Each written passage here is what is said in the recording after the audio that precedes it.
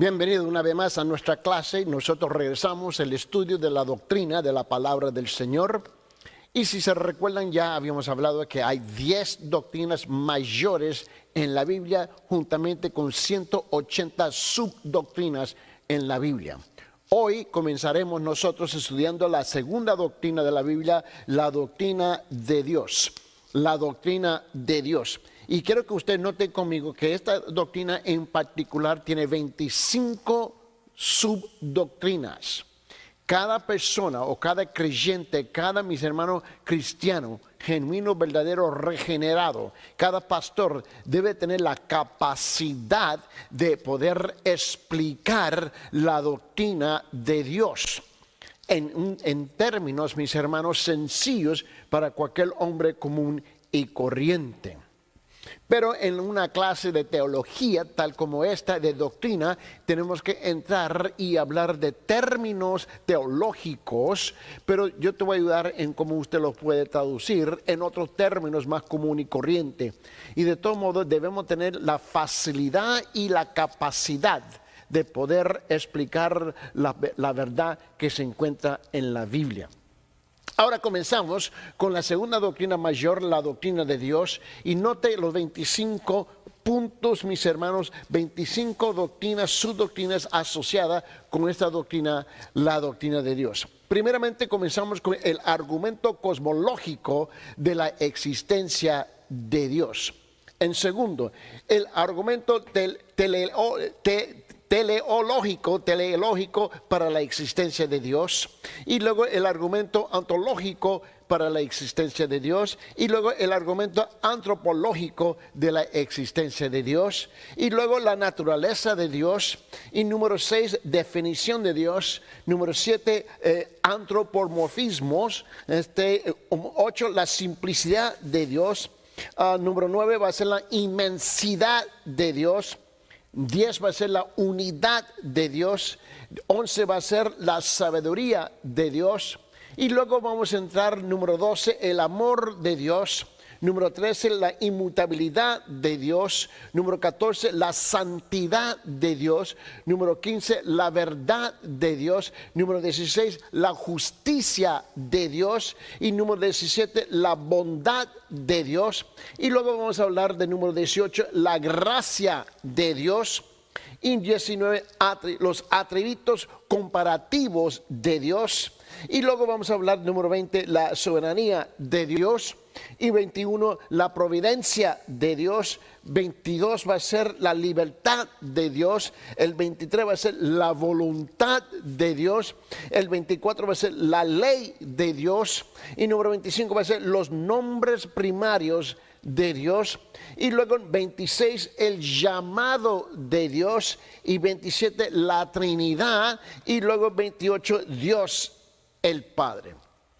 Estos son los 28 principios, subdoctrinas, mis hermanos, que se encuentra, que le da la fundación, el fundamento, mis hermanos, el apoyo bíblico de la doctrina de Dios.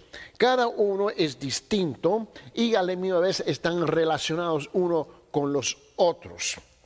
Vamos a comenzar estudiando el primero, el argumento cosmológico de la existencia de Dios. Vamos a comenzar a estudiar este primero, mis hermanos, para comenzar a tomar en cuenta qué es lo que la palabra del Señor nos enseña a nosotros.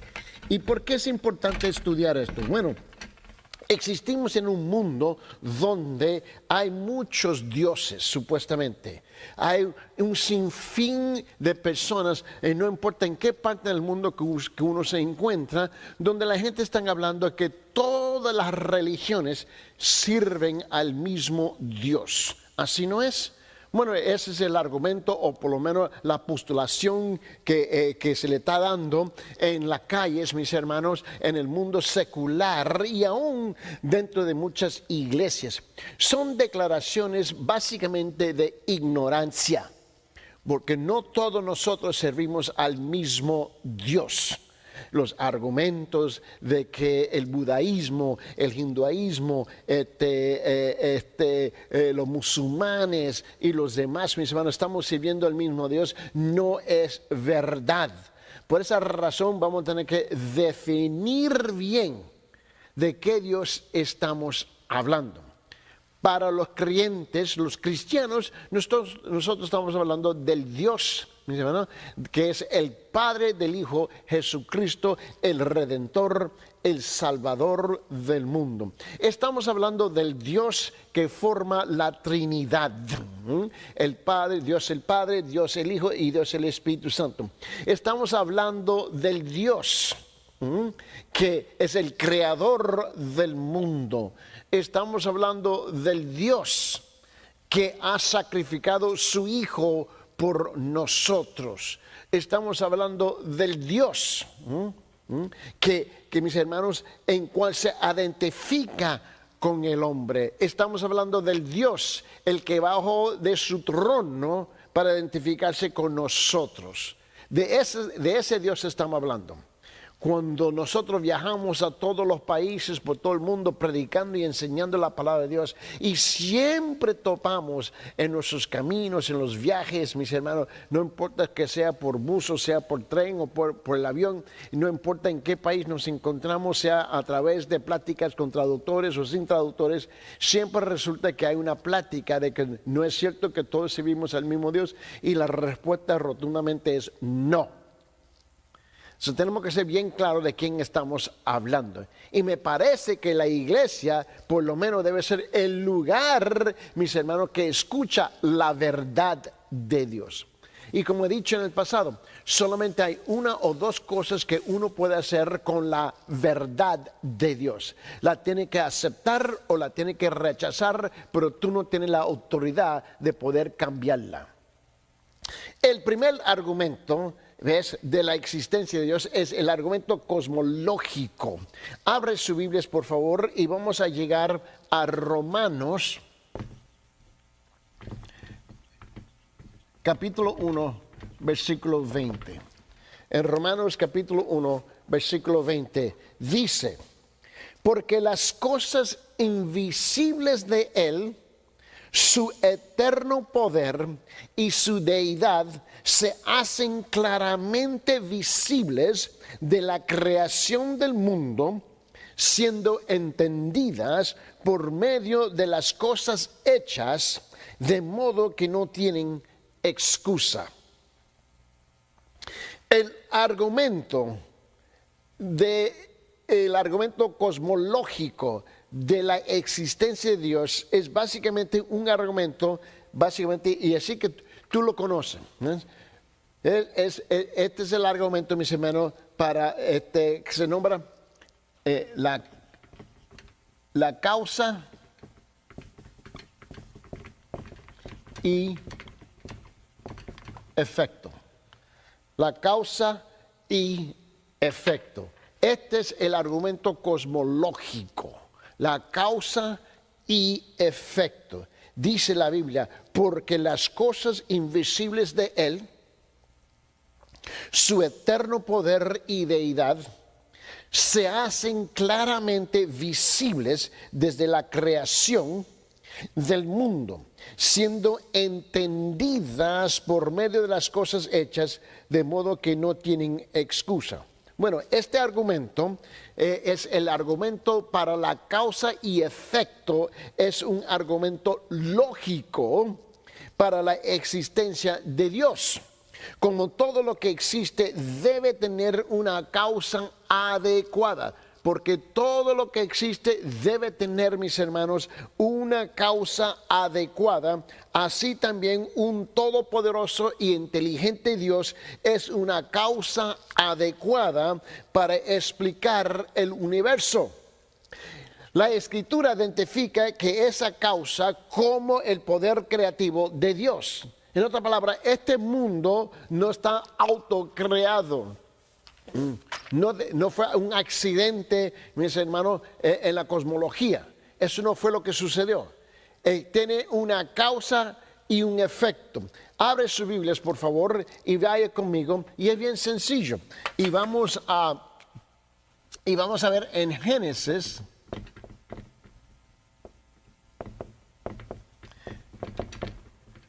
Génesis capítulo 1, versículo 1. Dice la palabra del Señor: Aquí está la causa. Dice, en el principio creó Dios los cielos y la tierra. En el principio creó Dios, ¿no?, el cielo y la tierra. Él es la causa y el efecto es la creación. ¿Lo puede ver? So aquí tenemos, la causa es Dios. El efecto es la creación.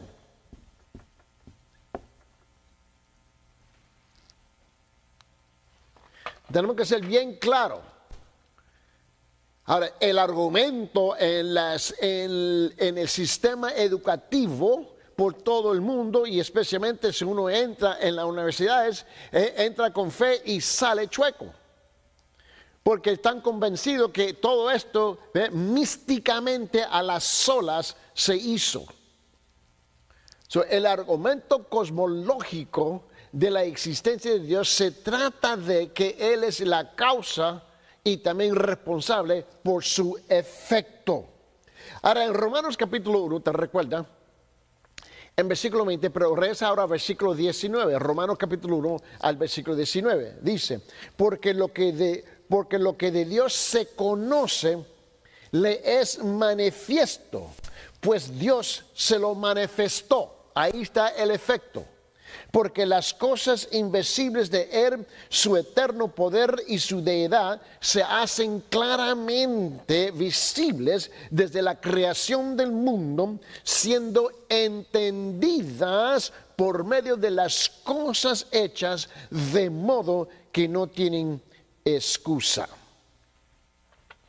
Ahora entramos en el segundo, por favor, mis hermanos, y vamos a entrar en el segundo, ¿no?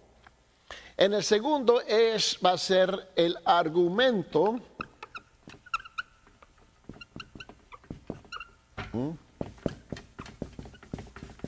teleológico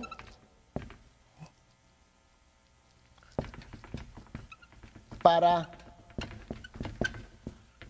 la existencia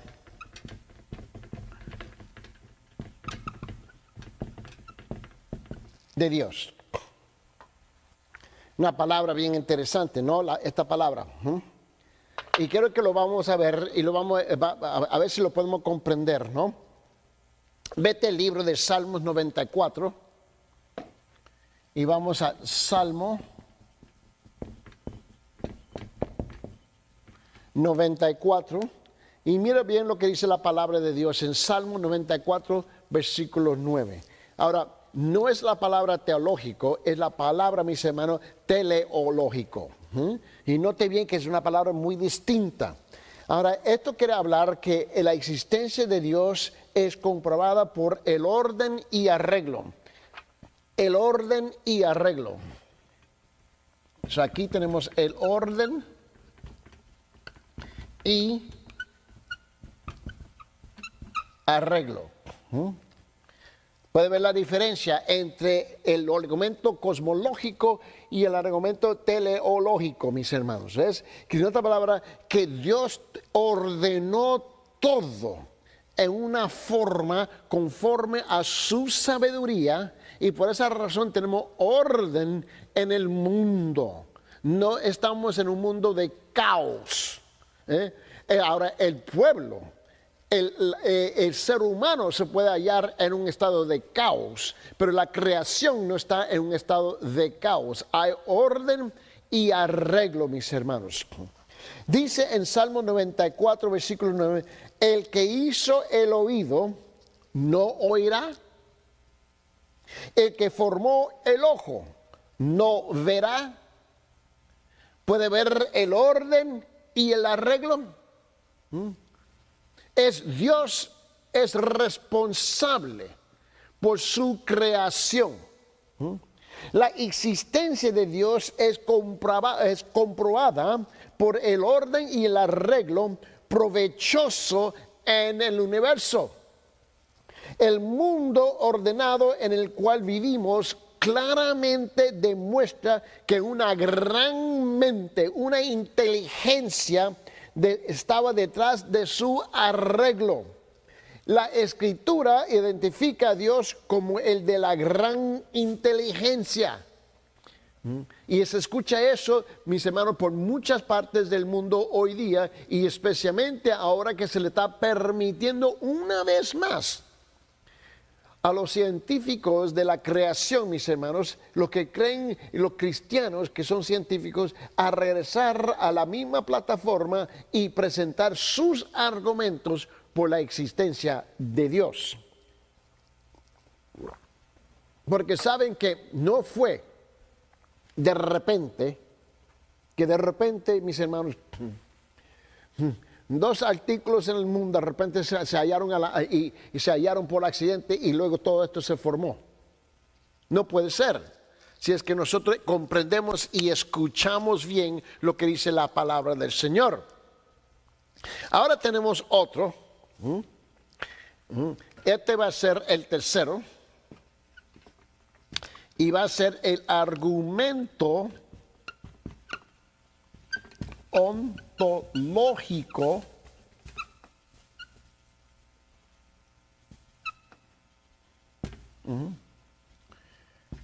para la existencia de Dios.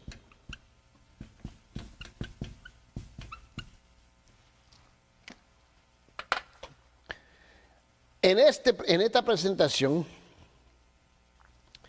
lo hallamos en Hebreos capítulo 3. Vete en Hebreos.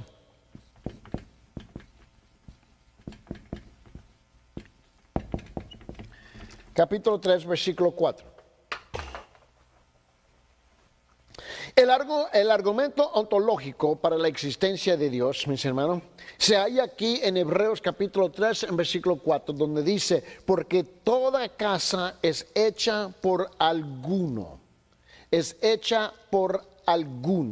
pero el que hizo todas las cosas es de Dios. En otra palabra, la palabra ontológica viene de la raíz ser, S-E-R, ser. Y es un argumento deductivo, que solo indica la probable existencia de Dios. Y otra vez, mis hermanos, en otra palabra, que aquí este argumento está hablando que tenía que haber sido un ser que es el fundamento de toda la creación y no una cosa. Un ser y no una cosa. Por esa razón dice en Hebreos capítulo 3, versículo 4, dice, porque toda casa es hecha por alguno, pero el que hizo todas las cosas es Dios.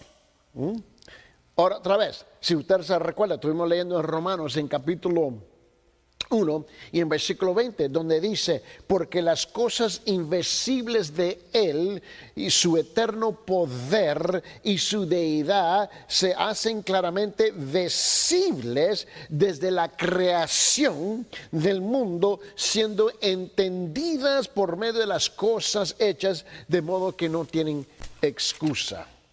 Él dice, mis hermanos, el que hizo el oído no oirá, el que formó el ojo no verá. Ella razona este argumento, el argumento ontológico, mis hermanos.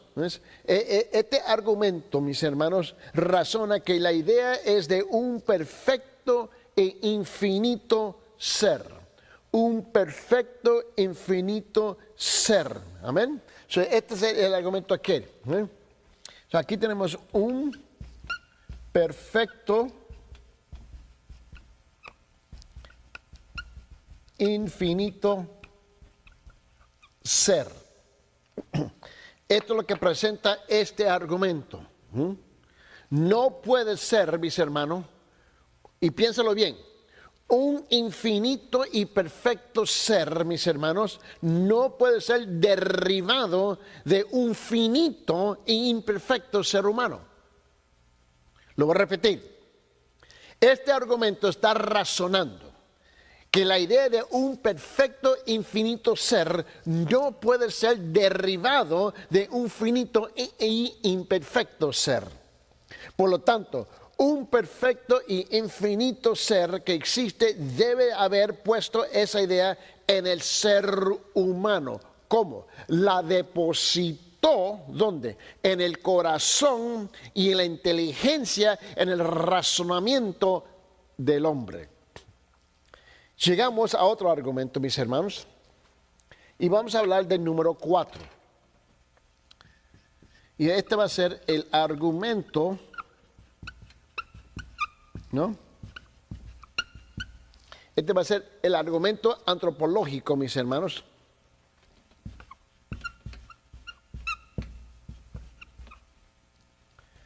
De la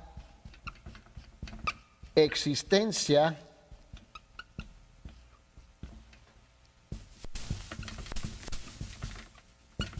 de Dios. Abre su Biblia en Romanos capítulo 2, por favor, en versículo 15. En Romanos capítulo 2, vamos a Romanos capítulo 2, versículo 15. Note lo que dice la palabra de Dios. Dice, mostrando la obra de la ley escrita en sus corazones, dando testimonio su conciencia y acusándoles y defendiéndoles sus razonamientos. Mire el contexto en cuanto se pone este versículo. Dice, comenzando en versículo 12, porque todos los que sin ley han pecado, sin ley también perecerán. Estamos hablando de Romanos capítulo 2, versículo 12. Dice, y todos los que bajo la ley han pecado, por la ley serán juzgados. Porque no son los oidores de la ley los justos ante Dios, sino los hacedores de la ley serán justificados. Porque cuando los gentiles que no tienen ley hacen por naturaleza, note bien, lo que es de la ley, estos, aunque no tengan ley, son ley para sí mismos, mostrando la obra de la ley escrita en sus corazones, dando testimonio, miren, dando testimonio su conciencia y acusándoles, defendiéndoles y sus razonamientos. La existencia del hombre como un moral y intelectual ser es un argumento para la existencia de un moral intelectual ser llamado Dios. So aquí este argumento está hablando que tenemos un moral, ¿no? E intelectual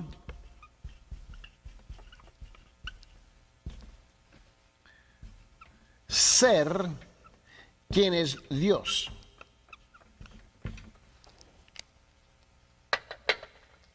Esto es lo que estamos hablando.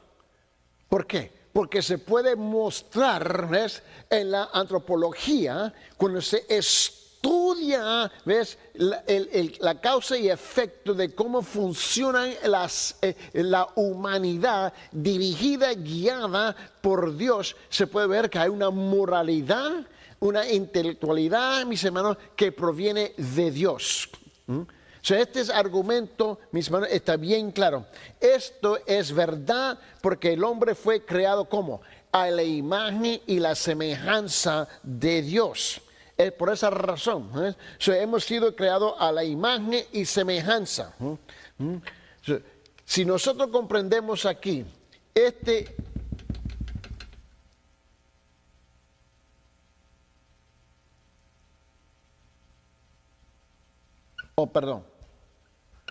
antropológico, ¿no? O sea, aquí lo que estamos hablando, que debemos de reconocer nosotros, mis hermanos, que hemos sido hechos a la imagen, ¿no? es de Dios, ¿no? Aquí está hablando de la imagen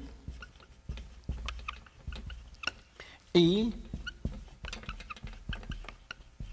la semejanza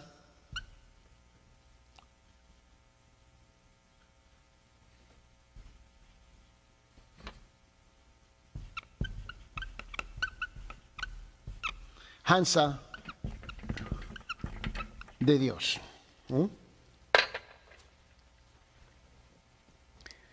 Y aún después de la caída, él tiene la ley de Dios escrita en su corazón. El hombre fue creado ¿cómo?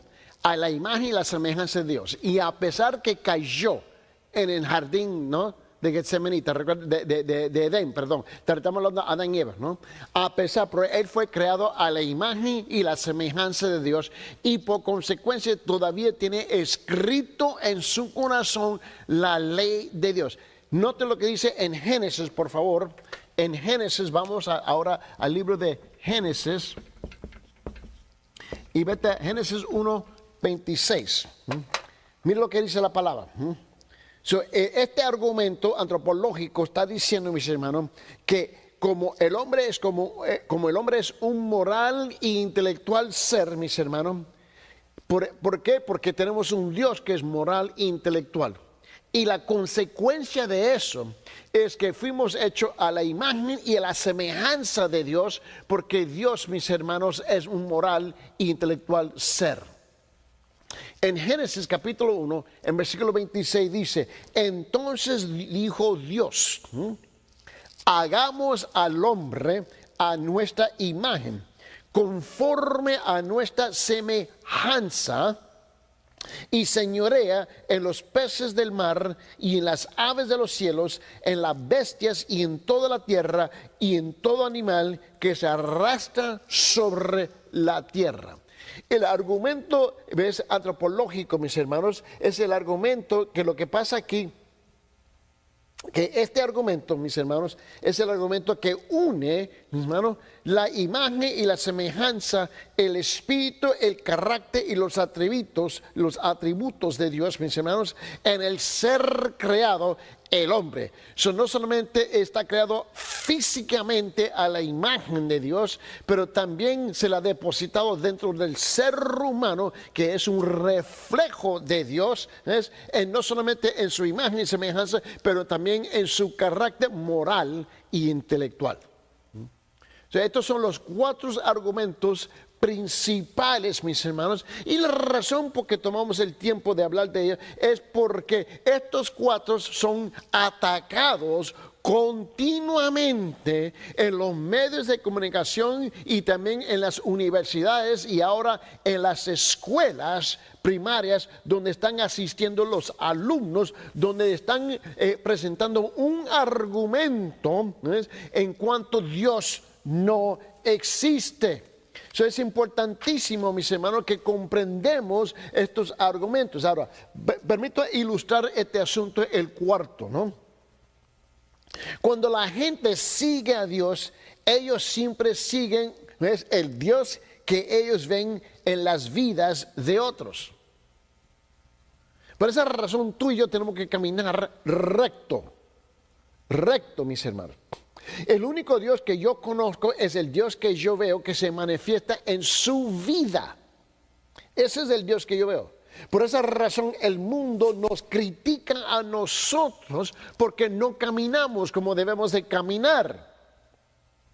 Pablo enseñó a los corintios, a los que le siguieron a él, así como él seguía el Señor. Y él le dijo esto, en 1 de Corintios, en capítulo 11, en versículo 1, en 1 Corintios 11:1, dijo esto, sed imitadores de mí como yo de Cristo. Sed imitadores de mí, así como yo de Cristo. A ver, ¿usted puede ser igual? ¿Usted puede ser igual con los demás que te rodean? ¿Cómo es que yo debo tomar esto y aplicarlo en mi vida cotidiana como un creyente caminando en las calles hoy día? Bueno, así hoy Los cristianos deben ser cuidadosos en reflejar el carácter de Dios en sus vidas y no deben de ser piedras de tropiezo para el evangelio. Vamos al número 5 ahora. Y si me permiten, voy a borrar aquí. Y vamos a ver si lo podemos poner en otro sentido.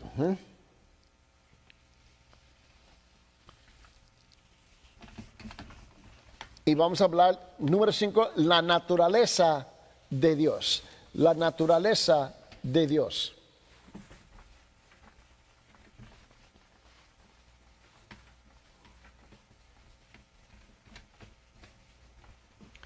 Y aquí quiero que ustedes puedan anotar conmigo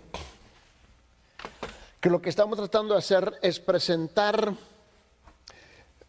las doctrinas, las subdoctrinas en un orden lógico que tiene sentido. Ahora vamos a hablar del número 5, que va a ser la naturaleza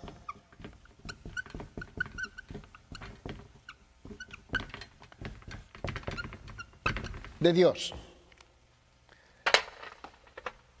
La naturaleza de Dios. Abre su Biblia, primera de Juan, capítulo 4.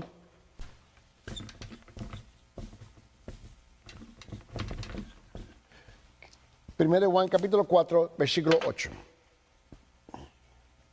Dice la palabra: el que no ama, no ha conocido a Dios, porque Dios es amor.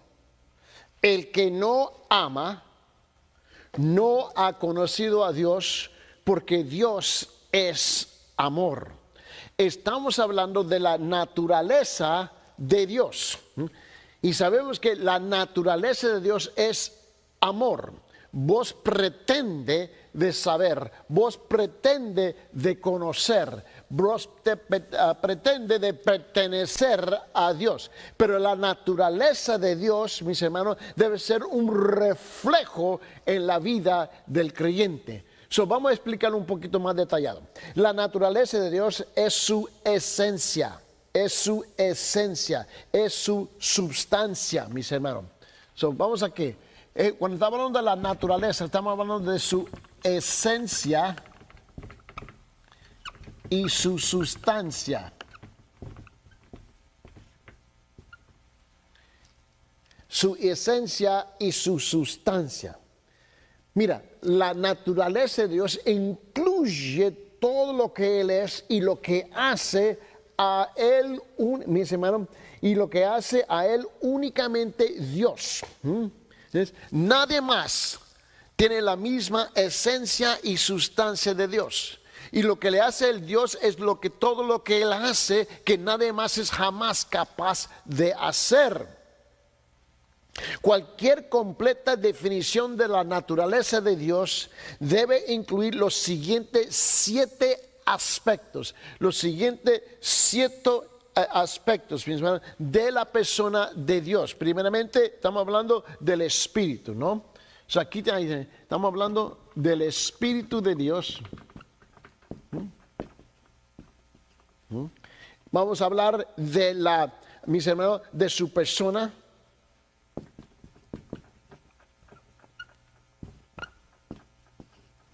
Vamos a hablar mis hermanos, no solamente de su persona, pero también de su vida. Número 4, vamos a poner aquí también su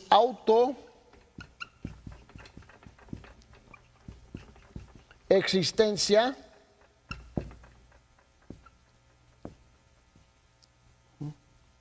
Su incambiable. Él es incambiable. Número 6, su infinidad. Y número 7, mis hermanos, va a ser su unidad.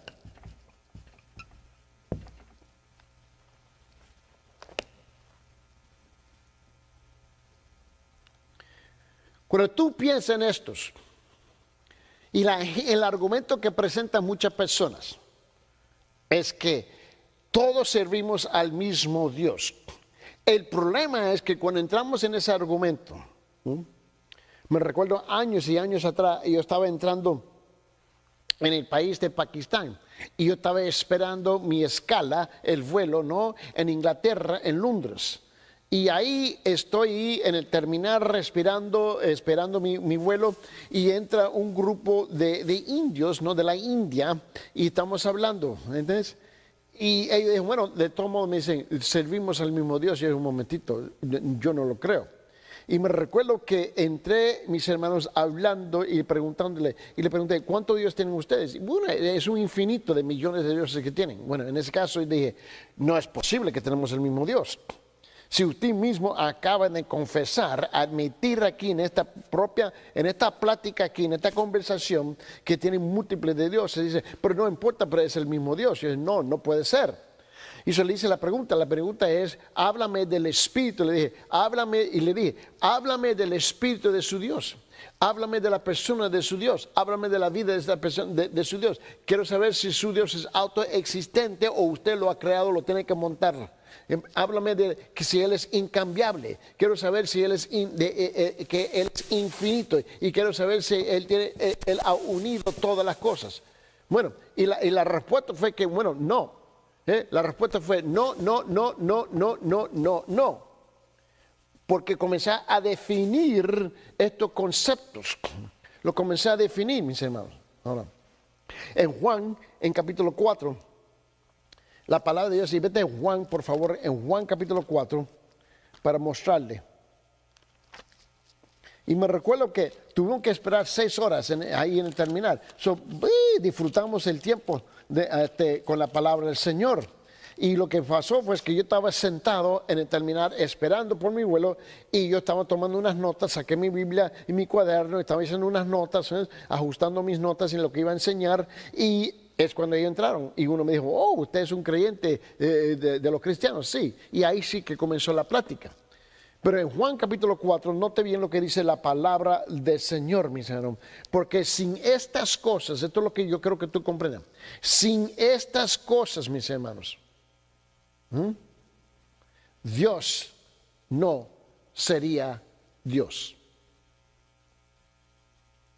Aquí está el núcleo, el meollo, el fundamento de quién es o qué es la naturaleza de Dios.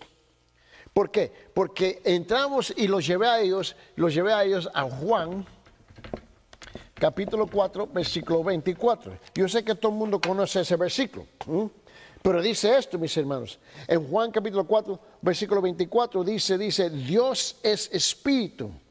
Y los que le adoren en espíritu y en verdad es necesario que lo adoren. Mira bien, este versículo caracteriza, mis hermanos, la conocida declaración de la naturaleza de Dios como espíritu. La frase se refiere al hecho de que Dios es invisible, mis hermanos. Eso está bien claro, lo cual se opone a la naturaleza física o material del hombre. El orden de las palabras en la frase resalta al espíritu y es una afirmación categórica de la esencia y sustancia de Dios. El hombre sería incapaz de comprender al Dios invisible a menos que Él mismo, Dios, se revela, mis hermanos, como lo hizo a través de las Escrituras y en su encarnación. Por esa razón tiene que tener y mantener estas 7 cosas para unir quién es o qué es la naturaleza verdadera de Dios. Permito ilustrarlo. Ya que Dios es tan difícil de comprender en lo natural, ¿no? Jesús se hizo hombre revelando la esencia, ¿no? La esencia de Dios, del Padre, y proclamando la verdadera, mis hermanos, o la verdad concerniente a Dios. Note bien conmigo en Juan. En Juan capítulo 1, vete conmigo en Juan capítulo 1, del versículo 14 al 18. Juan, capítulo 1, del versículo 14 al 18. Y quiero que lo vea conmigo, mis hermanos. Vamos a ojear. Dice esto: y aquel verbo fue hecho carne. Y habitó entre nosotros y vimos su gloria, gloria como del unigénito del Padre, lleno de gracia y de verdad. Juan dio testimonio de él, clamó diciendo: este es el de quien yo decía, el que viene después de mí es antes de mí, porque era primero que yo, porque de su plenitud tomamos todos, y gracia sobre gracia. Pues la ley por medio de Moisés fue dada, pero la gracia y la verdad vinieron por medio de Jesucristo. A Dios nadie lo vio jamás. El unigénito Hijo que está en el seno del Padre, Él ha dado a conocer. Mientras pues nosotros leemos los evangelios, donde se nos habla del ministerio de Dios, el ministerio de Cristo, se vuelve más fácil para nosotros el comprender cómo Dios es. ¿A través de qué? De la encarnación de Dios en la persona de Cristo y en el verbo, el logos, la palabra escrita.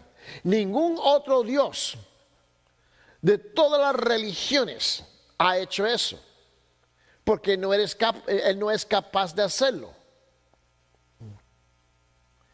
¿Cómo es que yo debo de caminar y aplicar esta verdad en nuestra vida? Bueno, el primer mandamiento que la ley requiere es que amemos y adoremos a Dios así como Él verdaderamente es, implicando que debemos estudiar la naturaleza de Dios.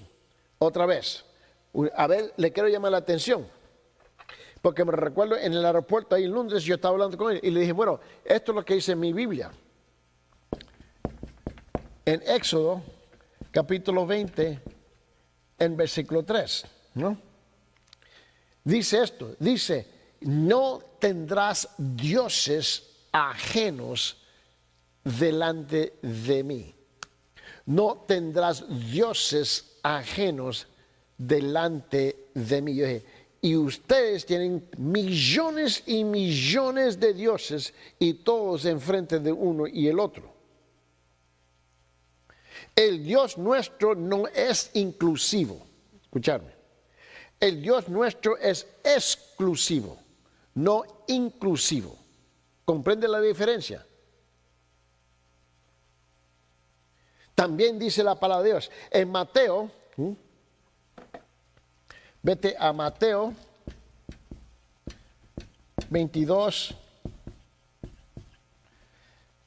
En Mateo capítulo 22, en versículos 37 y 38, dice esto: Jesús les dijo: amarás al Señor tu Dios con todo tu corazón y con toda tu alma y con toda tu mente. Este es el primero y grande mandamiento. Pregunta: si sus dioses tienen el mismo mandamiento, que Él es exclusivo, no inclusivo de los otros dioses, yo quiero saber si el suyo es exclusivo. Más bien, Dios, Jehová, el Padre de Jesucristo, ni siquiera reconoce los otros dioses y jamás se le permite estar en la presencia de Él. Pero su Dios o sus dioses tienen un nivel de tolerancia, de aceptar que los demás existen y tienen, mis hermanos, igualdad de validez. El Dios nuestro no. Ahí está la gran diferencia. Vamos al número 6 ahora, por favor. Hablar del número 6. Y aquí lo que vamos a hacer, mis hermanos, es definir a Dios.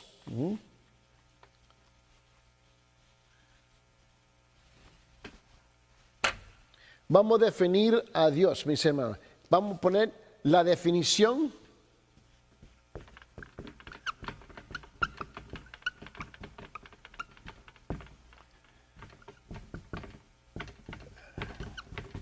de Dios, si es posible humanamente hablando. Vamos a regresar al Juan, capítulo 4, versículo 24. Vamos a regresar ahí. En Juan, capítulo 4, versículo 24. Dios es espíritu, y los que le adoren, mis hermanos, los que le adoran en espíritu y en verdad es necesario que adoren. Yo quiero que usted note algo aquí en este versículo, ¿no? Porque el versículo nos habla, mis hermanos, de tres cosas en particular, y yo creo que parte del problema es que leemos demasiado rápido la palabra de Dios. No nos detenemos lo suficiente tiempo para, mis hermanos, observar y absorber, ¿ves?, lo que la palabra de Dios realmente nos está diciendo a nosotros.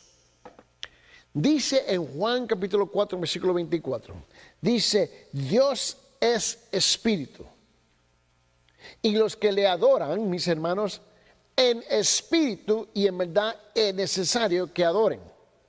El apóstol Juan aquí nos da tres descripciones de Dios. Es literalmente lo que está diciendo aquí. Él nos da tres descripciones de Dios. Él es espíritu, ¿no? O solamente Juan es el que lo hace. Él lo hace en Juan, en la epístola de Juan. Y también lo hace en 1 de Juan capítulo 4 y en 1 de Juan capítulo 5. Se le quiero mostrar. Es Juan el que nos va a dar a nosotros, mis hermanos. ¿Ves? Él es el que va a nosotros. Es tres descripciones de Dios, ¿no? Primeramente tenemos en Juan capítulo 4, versículo 4. 1 de Juan capítulo 4 y 1 de Juan capítulo 5, y va a ser el versículo 8, ¿no? Para asegurarme, sí, en versículo 8.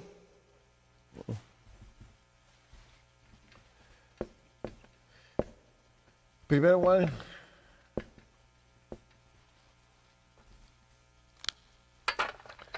Son las tres cosas que nos dice a nosotros. Primeramente, que Él es el Espíritu. Él es amor, ¿no? Y también dice que Él es luz. Es importante, mis hermanos, como cuando yo estaba en ese aeropuerto hablando con los hindús, yo dije, su Dios, quiero saber si su Dios son tres cosas. Porque el Dios nuestro son tres cosas, ¿ves? Aparte que es el Padre, el Hijo y el Espíritu Santo. Le dije, mira, pero Él es amor, mis hermanos, es el Espíritu, amor y luz. Lo que quiero saber de los dioses que tú sirves, si sus dioses son amor. Dijeron, no, le tenemos que servir, pero no necesariamente expresa amor. ¿Okay? Quiero saber si su Dios, mis hermanos, es amor. Dije, no, es espíritu. Bueno, que intelectualmente para nosotros es el espíritu, y Él es espíritu. No, eso no fue la pregunta. Te pregunté si Él mismo, si tu Dios literalmente se identifica como espíritu, mayúscula. No. Pero ustedes lo consideran como espíritus. Sí. La primera cosa donde ellos comenzaron a ponerse un poco inquietos es que fue aquí. El Dios nuestro es espíritu. El Dios de ustedes es espíritu. El nuestro es amor. El suyo se tiene que complacer con la esperanza que algo va a suceder a su favor.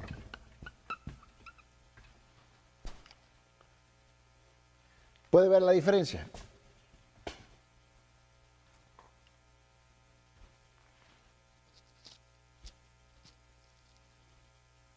¿Puede ver?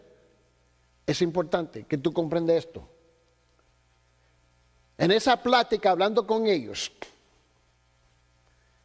dije, ustedes tienen que complacer con la esperanza que algo va a suceder a su favor. Pero mis hermanos, Él es amor. No hay nada que tú puedas hacer para complacer ese amor o para, mis hermanos, para provocar ese amor. Él ya es amor. El nuestro es luz. Nada está a las escondidas de Él. El suyo, ustedes lo tienen que informar.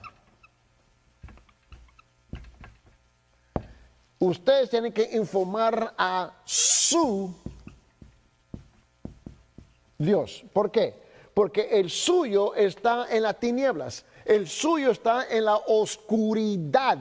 El suyo tiene que esperar que usted venga a informarle a él. Por esa razón, cuando estamos hablando de la definición de Dios, tenemos que estar bien claro. En Juan capítulo 4, versículo 24 dice esto: Dios es espíritu y los que le adoran en espíritu y en verdad es necesario que le adoran. En 1 de Juan, capítulo 4, en versículo 8, dice, el que no ama no ha conocido a Dios, porque Dios es amor. Mi pregunta a los hindúes sentados ahí, ¿ves? Dice, hermano, si usted es un reflejo de su Dios, o Dios es un reflejo en su vida, en su carácter. Y ellos estaban estancados en cómo contestarme. Ahora, escúchame bien, no estuvimos discutiendo, no hubo un argumento. En ninguna ocasión levantamos la voz. Nunca nos maltratamos. A propósito, habíamos formado un ciclo y estuvimos hablando ahí. A propósito, con la voz, bajando la voz, mis hermanos. Y no es porque teníamos temor o vergüenza de hablar de la palabra de Dios. No, era para mantener, mis hermanos, un ambiente de cortesía, para no alterar la cosa. Y estuvimos ahí hablando. Y hubo muchas preguntas y se quedaron ellos pensativos. Es porque estamos hablando de la esencia y la sustancia de Dios. Lo que Él es, no lo que Él puede ser. Y luego en 1 de Juan, en capítulo 1, versículo 5 dice, este es el mensaje que hemos oído de Él y os anunciamos, Dios es luz y no hay ninguna tinieblas en Él. El Dios nuestro no mora en las tinieblas, porque, mis hermanos, Él es luz. El suyo se encuentra en la oscuridad, se encuentra, mis hermanos, en las tinieblas, donde tú tienes que traerle la información para él poder responder a su petición. En otras palabras, si tú no le informas a él, él no sabe lo que está pasando. Y ellos pudieron ver el argumento intelectual, pero especialmente como no estaba levantando la voz, no estaba gritando, nada de eso, mis hermanos, pero lo respeté a ellos. Pero cuando terminamos me tuvieron que respetar a mí. Mira, Dios es un ser espiritual que es invisible y sin cuerpo. El suyo, ustedes lo identifican, ¿ves? Por la supuestamente encarnación, ¿ves? En cómo ellos usan la palabra, muy distinta como nosotros usamos la palabra, ¿ves? A través de la semejanza de algo creado, que tú puedes ver con los ojos papales, este es el Dios nuestro. El nuestro es invisible y no tiene cuerpo, mis hermanos. Él es una persona divina que se revela a sí mismo en perfecto intelecto, emoción y voluntad. Él es la fuente y la personificación de toda vida espiritual y material.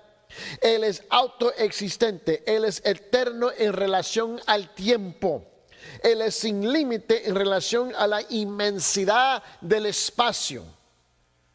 Él es inmutable en su naturaleza. Él es la unidad de toda la existencia y Él es consistente en su ser. Esto es, mis hermanos, Él corresponde en hecho actual a su naturaleza y atributos, mientras que ellos no se revelan a nosotros.